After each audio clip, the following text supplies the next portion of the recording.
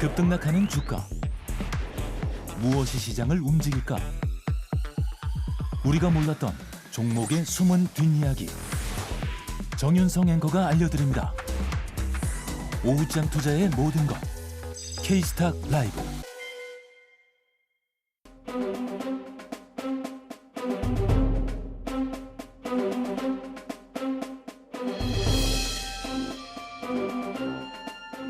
네, 오후장 인기 급상승하고 있는 임금 쪽에 대한 진단과 함께 시장 전략 세워보도록 하겠습니다.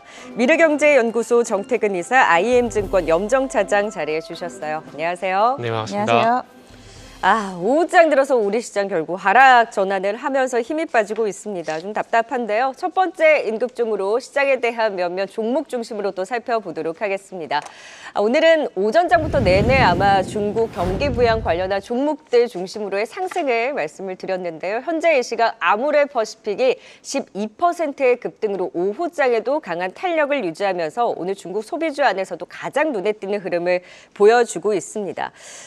다만 중국의 경기 부양, 그러면서 공식적으로 아모레퍼시픽의 수혜단은 이제 좀 옛날 말이 아닌가라는 생각이 들기도 하는데, 그래도 뭐 회복 안 되는 것보다는 되는 게 좋기는 하겠죠. 다만 오늘의 급등 이후에 정말 중국발 이슈로 이 상승의 연속성이 나타날 것이냐에 대해서는 사실 좀 궁금하고 네. 의구심이 있거든요. 네, 맞습니다. 아모레퍼시픽 매도와 매수를 감안을 했을 때 오늘의 급등을 어떤 시각으로 보셨어요? 네, 오늘은 이제 중국 수혜 관련주에서 아모레퍼시픽이 가장 큰 폭의 상승세를 네. 좀 보여주고 있죠.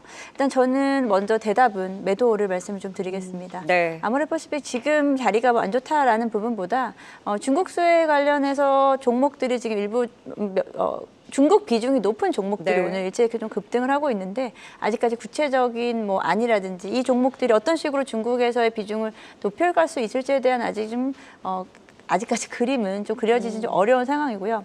우리가 아모레퍼시픽을 좀 냉정하게 생각을 해봐야 됩니다. 지금 급락이 나온 2분기 실적 이후에 이제 급락이 나온 부분은요, 결국은 이제 중국에 대한 리스크가 되고 있고요. 이 리스크가 빠르게 회복될 수 있느냐, 경기 부양으로. 사실 그런 구조는 아직은 좀 아니다라고 볼 수 있겠고요. 중국 내에서의 어떤 도매 판매를 좀 줄이고 이제 소매 판매 쪽으로 좀 움직인다고 해요. 근데 3분기에도 아쉽게도 중국에 대한 적자는 지속될 것이다. 적자는 조금 더 폭은 확대될 것이다라고 이야기 나오고 있기 때문에 실제로 중국 효과를 볼 수 있다라고 하면은 3분기 실적은 아니라는 거고요.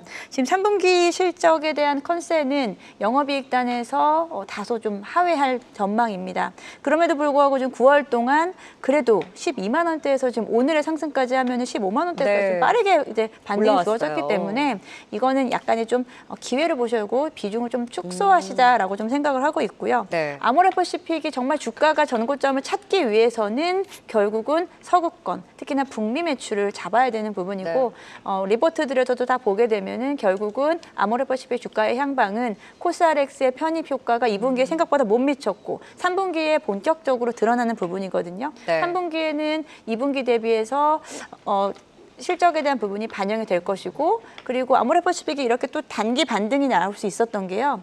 우리가 중국 시장 때문에 대한 기대감은 전혀 반영되지 않았고, 북미에서 우리가 알고 있는 라네즈라든지 이니스프리 같은 중저가 브랜드, 중저가라고 하긴 좀 그렇지만 중가 브랜드들의 효과가 좀 나타나고 있다는 네. 점이에요.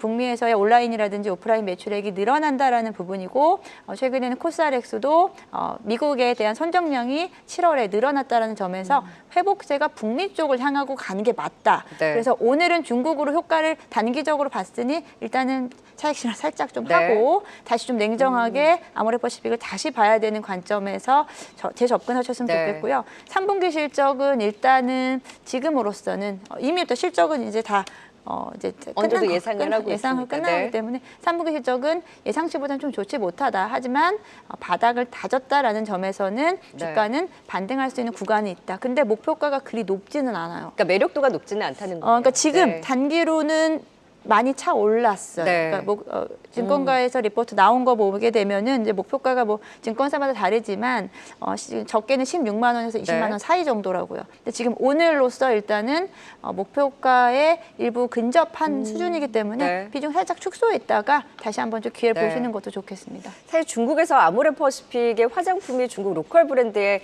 다소 그렇죠. 밀린 게 오래거든요. 네. 근데 다만 이제 중국 부양 효과로 인해서 단기적으로 그 효과와 투심적인 측면에서의 급등이 나오기는 하나 중국 효과로 급등이 나왔을 때 일부 비중을 축소하는 전략에 대해서 짚어주셨고요. 정태근 지사님, 그러면 오늘 네. 뭐 다른 화장품 외에도 화학이라든지 그리고 구리 이런 중국과 엮이는 이제 네네. 경기 민감 섹터의 종목들의 반등도 나오잖아요. 네네. 그럼 여기도 반짝 상승에 그칠까요? 중국이라는 이슈가? 일단은 질문에 대한 대답을 먼저 하자면은 그렇다라고 좀 말씀을 드리고 싶고 네네. 거기다 연유를 좀 말씀드리면 지금 중국이 부양책을 왜 안 하느냐가 또 중요하거든요. 그러니까 결국 이제 부양책을 하게 된 이유가 소비를 안 한다고 합니다. 그러니까 소비를 진작시키기 위해서 부양책 결정하게 된 거거든요. 그러면은 소비를 부양하게 된다라면은 아무래도 우리가 알고 있는 그 최강의 이제 화학 같은 대중국 관련주보다는 아무래도 소비에 연관된 소비주, 쪽으로 네. 갈 수밖에 없다 봐요. 그리고 두 번째 이유는 뭐냐면은 지금 아시겠지만 미국이 중국 전방위적으로 이제 제재를 하고 있잖아요. 네. 그렇게 본다라면 대외 쪽으로 수출해야 되는 최강 이제 화학 쪽 같은 경우는 이 소비 효과를 과연 볼 수 있을까? 네. 라는 그런 물음표가 생기기 때문에 뭐 최강의 이제 화학 쪽보다는 소비라든지 카지노 여행 쪽이 그래도 그나마 낫지 않을까라고 생각이 들어요. 그런데 아모레퍼시픽 지금 비중 축소 의견 주셨잖아요. 네네. 동의하세요? 아니요?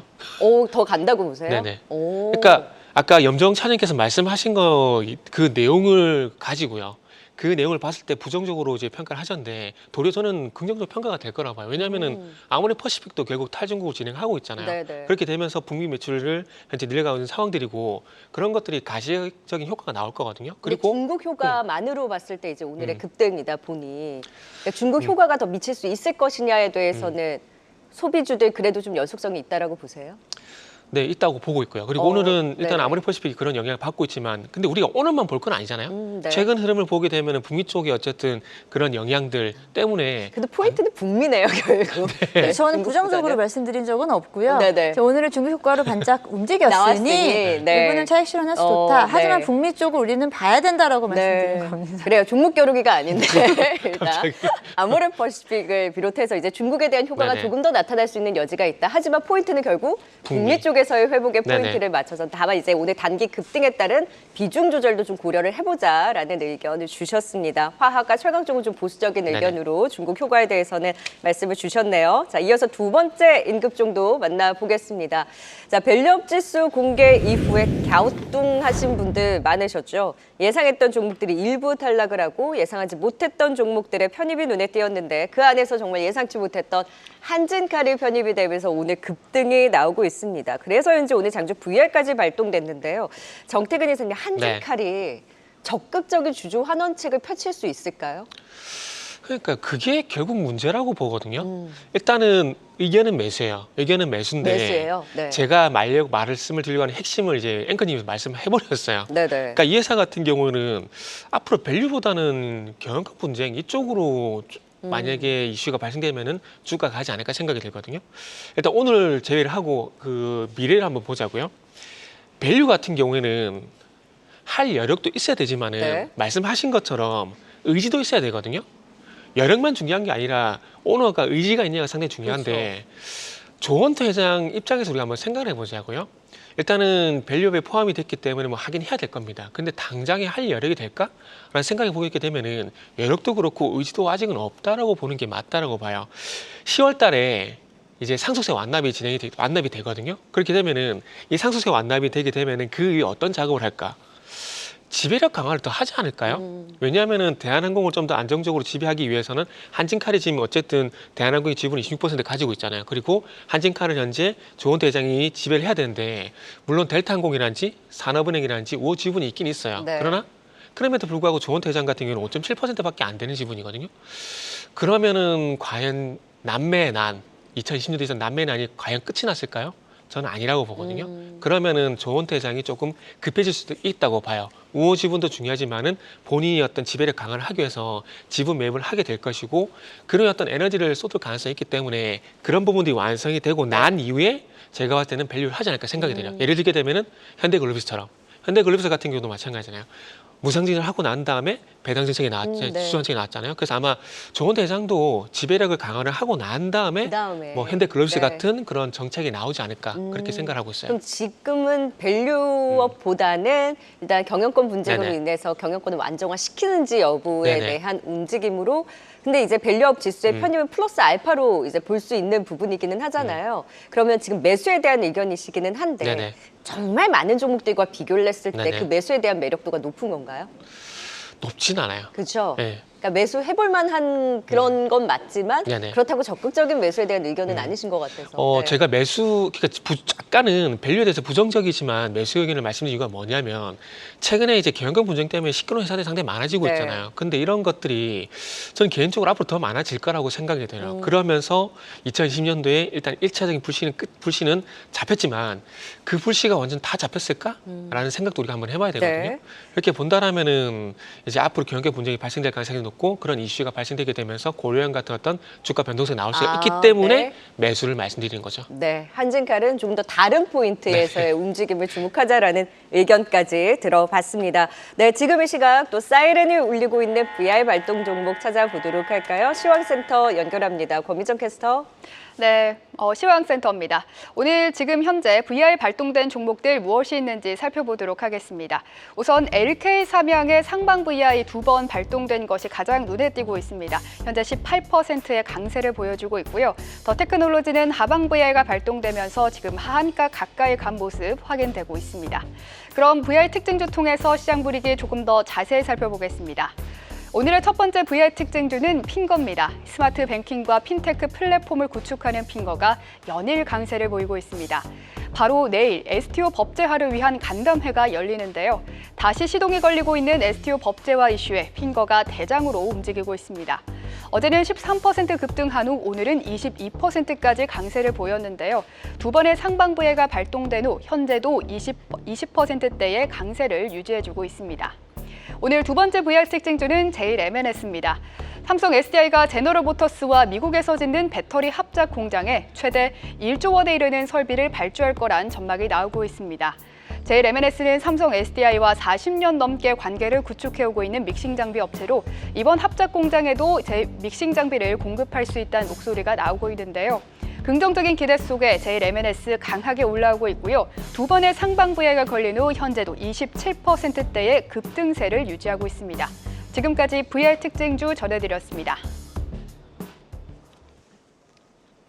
네, 자 VR 발동된 종목 안에서 또 임급종 살펴보도록 하겠습니다. 사실 오전장보다 오후장 더 힘을 받고 있는 쪽 바로 STO 관련주입니다. 그 안에서도 핑거, K옥션에 대한 그 흐름이 눈에 띄었는데요. 내일 STO 간담회를 앞두고 있습니다. 이 이벤트와 함께 오늘 핑거 같은 경우는 또 개별 이슈까지 더해지면서 급등이 나오고 있습니다.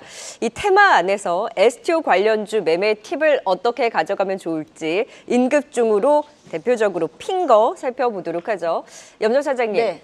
핑거의 오늘의 급등, 지금 이제 탄력 VR 발동된 이후에 더 이제 장대 양봉이 나오고 있잖아요. 그러네요. 네. 근데 이제 내일 STO 간담회라는 이벤트 끝나면 또 쉴 수도 있는 거잖아요. 그럴 수 있죠. 일단 핑거 최근 주가를 보게 되면은 이제 9월 초부터 해서 STO 법제화에 대한 이야기가 나올 때부터 해서 좀 움직임이 나타났고요. 오늘은 사실은 뭐 내일의 STO 간담회에 대한 부분도 있겠지만 주가가 튀기 시작한 시점이 이제 11시 한 20분경이에요. 그때 이제 나온 뉴스가 오늘의 주가, 오늘 장대 양봉을 만들었다라고 네. 좀 생각하고 있습니다. 그 부분은 기존에 이제 핑거가 개발했었던 그 회계 관리 시스템을 뭐 3일 회계 법인과 그 AI에 대한 접목을 통해서 업무 개발을 네. 한다라는 이슈였거든요. 이 뉴스로 인해서 주가는 STO를 기반으로 갔었던 종목이 한 번 더 움직임이 나타났기 때문에 이건 STO 기반으로 오늘 장 초반엔 조용했거든요. 네. 그렇기 때문에 오늘은 개별 이슈로 이만큼 또 오른 거다. 그래서 저는 여기선 당연히 차익 실현이 맞다라고 좀 생각하고요. 뭐 STO 관련해서 말씀하신 대로 내일 간담회가 있습니다. 네. 간담회라고 해서 이제 여기서 어떤 무언가 결정되는 부분은 아니고 이제 각계 뭐 법조계라든지 학계, 산업계 등의 22명 정도가 모여서 간담회로 참석한다라는 내용이고 앞으로 이 STO 관련해서 개정안을 내기 전에 의견 수렴으로 네. 보시면 될 것 같습니다.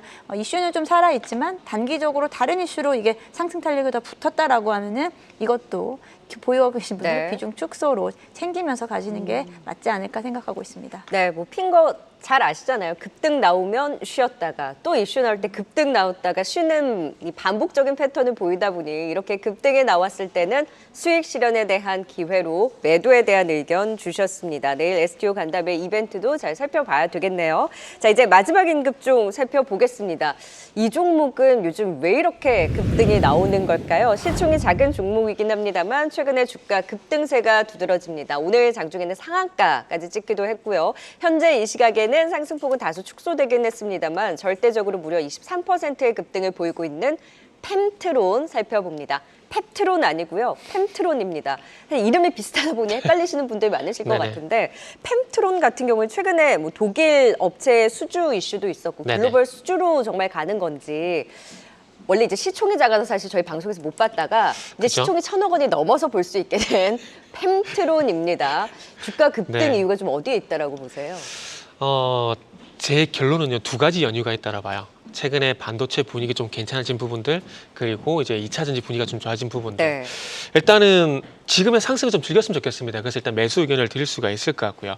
제가 두 가지를 왜 말씀드리냐면은 지금 최근에 와서 2차 전지 같은 경우 분위기가 좀 좋아지고 있어요. 어저께 같은 경우 리튬, 오늘은 또 장비 관련된 종목들 쪽으로 2차 전지 내에서 순환매가 좀 돌고 있는데 시작은 지난달에 8월 달이죠. 8월 달에 벤츠 전기차 화재 이후에 2차 전지 분위기가 계속 조금씩 네. 좋아지고 있는 부분인데 그 흐름을 타고 또 이제 그 좀 전에 브리핑에서 나왔었지만 이 삼성 SDI, GM이 미국 배터리 합작 공장을 이제 만들게 되는데 여기에 또 이제 장비 납품 기대감 이런 것들이 반영이 되게 되면서 좀 이런 반응이 나오는 것이 아닌가 봐야 될 것 같아요. 오늘 2차 전지 장비 관련 종목들이 강한 이유가 일단 거기다 보시면 될 것 같고요. 그리고 반도체 같은 경우도 이 회사가 웨이퍼 검사 장비를 만들고 있는데 지금 SK 하이닉스 쪽하고 HBM 웨이퍼 그리고 TSV 공정에 들어가는 검사 장비 있잖아요. 요거는 이제 성능 평가를 진행하고 있거든요. 네.